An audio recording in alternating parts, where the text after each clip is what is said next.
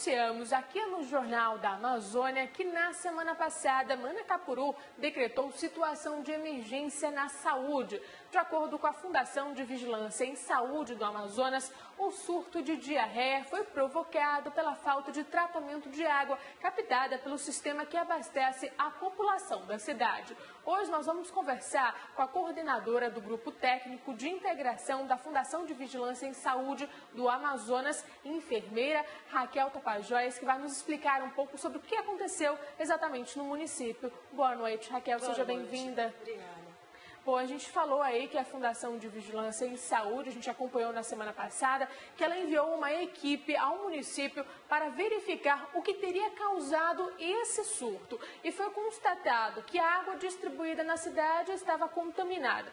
Quais são os fatores que teriam contribuído para essa poluição, Raquel?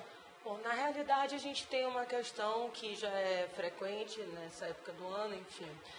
O rio começa a encher novamente essa época do ano, mas a gente ainda sofre um pouco com a questão da baixa do rio e também com a dispensa de dejetos, né, que são muitas vezes observados na margem dos rios. E isso pode contaminar os rios no quais a gente tem aí a captação de água para consumo humano. Em Manacapuru, nesse caso, qual é o rio utilizado para a captação dessa água? Em Manacapuru, a água ela é captada no Miriti e passa pelas estações de tratamento para depois chegar ao consumo da população. No entanto, a gente tem observado algumas dificuldades nas últimas 3 semanas em relação ao tratamento dessas águas pelas estações de tratamento no município. A gente inclusive informou que desde outubro a empresa não fazia esse tratamento na água. Na realidade, nos últimos 3 meses, eles têm tido algumas dificuldades momentâneas. No entanto, nas últimas 3 semanas, tem sido consecutiva a questão da falta de tratamento das águas nas estações de tratamento do município.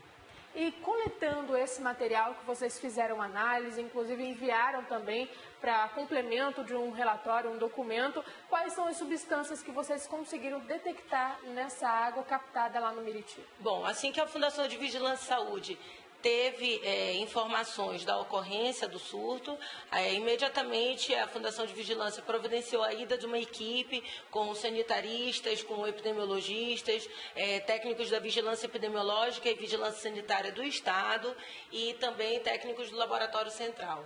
A nossa equipe fez a coleta de amostras, tanto de pacientes como de água, foram coletados em 6 pontos da cidade, tanto em estações de tratamento, como nos pontos finais das residências e também de poços, para que fizesse a análise de água e das amostras dos pacientes.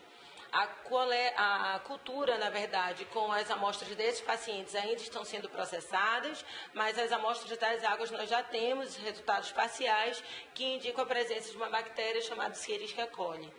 Então, até o momento, a gente tem essas informações em relação à análise das amostras. Para quem já foi a Manacapuru ou sempre passeia pelos interiores do Amazonas, a gente observa que, inclusive, o Miriti é utilizado por inúmeros visitantes, pela população também da própria cidade, Manacapuru, como banho, lazer, um rio que todo mundo frequenta. Isso teria contribuído também? Contribui no sentido da falta de educação e saúde da população, no que tange a contaminação dessas águas. Então, é importante que a população mantenha as orientações no sentido de não deixar dejetos ou lixos ou jogar resto de comida na margem dos rios, porque isso vai acumulando lixo e, de certa forma, vai contaminando a água ao longo do tempo. E a própria população. Exatamente, é quem sofre. Exatamente. Você falou a respeito de uma bactéria que foi encontrada na água fazendo essa coleta, essa captação. Qual seria a gravidade de tudo isso? Ela chega a levar uma pessoa a óbito ou somente a esse mal-estar de forma gastrointestinal? Na verdade, a Escherichia coli é uma bactéria responsável pelas intoxicações alimentares, né? E, de certa forma, a gente tem ela como principal vilã nesse surto, porque é através da água que foi utilizada para manipulação de alimentos, pelo fato dela não estar sendo uma água tratada da forma que deveria estar sendo tratada, ela pode causar intoxicações alimentares e, como consequência disso, a gente tem diarreias, vômitos.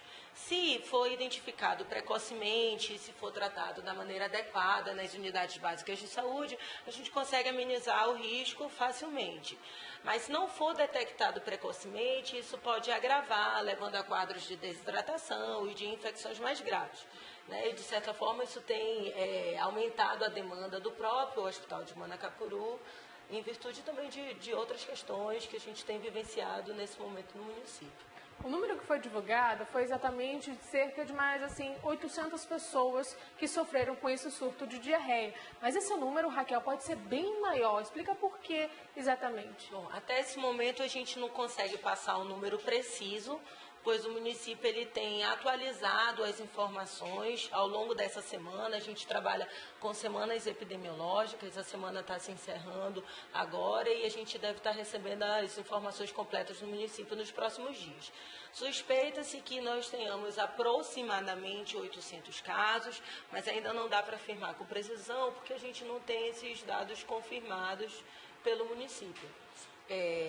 E que muitas pessoas se tratam em casa também. Exatamente. A gente tem uma questão aí de automedicação, porque a população já está, de certa forma, banalizando a diarreia. Então, é acostumado a tratar em casa, às vezes até com chá ou com um remédio mais comum, e não procura atendimento médico. Então, normalmente, a população só procura atendimento médico quando ela já se sente num quadro um pouco mais grave, mais debilitado, quando já se prolonga por alguns dias, quando já apresenta alguns sinais de desidratação. O que a população pode fazer para tentar minimizar ou melhorar a qualidade da água?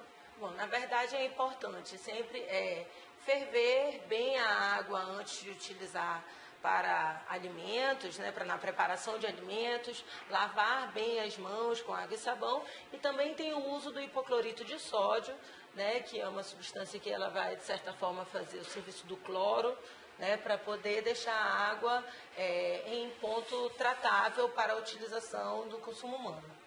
Qual seria a contagem desse cloreto de sódio para a quantidade de água? Ela depende da quantidade de água que vai utilizar. Então, é uma recomendação que ela é passada pela equipe de saúde local, para que a gente não gere muitas dúvidas.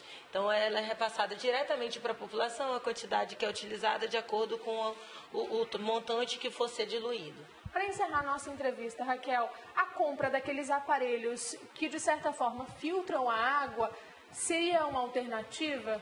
Eles até podem auxiliar no processo, mas assim, não seria a nossa única solução. Na verdade, a alternativa principal é fazer exatamente o que a Fundação de Vigilância e Saúde já vem fazendo junto ao município. Então, após a ida desses técnicos, nós passamos algumas recomendações para a equipe local, no sentido de estruturar uma sala de situação com a equipe de vigilância epidemiológica local, para que a gente possa coordenar o manejo clínico desses pacientes, a educação em saúde para a população, toda a notificação, investigação e acompanhamento desses casos. A vigilância sanitária já trabalhou diretamente com a equipe da vigilância sanitária local e com a empresa responsável pelo tratamento da água, no sentido de repassar todas as orientações para o controle de qualidade do consumo da água humana, e, enfim, com todas as recomendações em relação à implantação do laboratório municipal para controle de qualidade da água. Todas essas recomendações já foram passadas pela Fundação de Vigilância e Saúde e têm sido acompanhadas pelos nossos técnicos. Seria importante também que a gente frisar aqui que o município já está tomando algumas medidas, os agentes comunitários de saúde já estão distribuindo hipoclorito de sódio para a população, as unidades básicas de saúde estão retomando as suas atividades, reatendendo essa população, e nós tivemos a informação hoje de que a empresa responsável pelo tratamento da água já retomou o tratamento do sistema de serviço municipal. Então, obrigada, Raquel. Uma ótima notícia para todos, né? Inclusive, principalmente para quem mora em Manacapuru. Muito obrigada e até a próxima. Obrigada, boa noite. E para você de casa, nós vamos falar de saúde no próximo bloco, porque a Marinha leva atendimento médico para comunidades ribeirinhas no Acre e no Amazonas. Não saia daí, nós voltamos em instantes.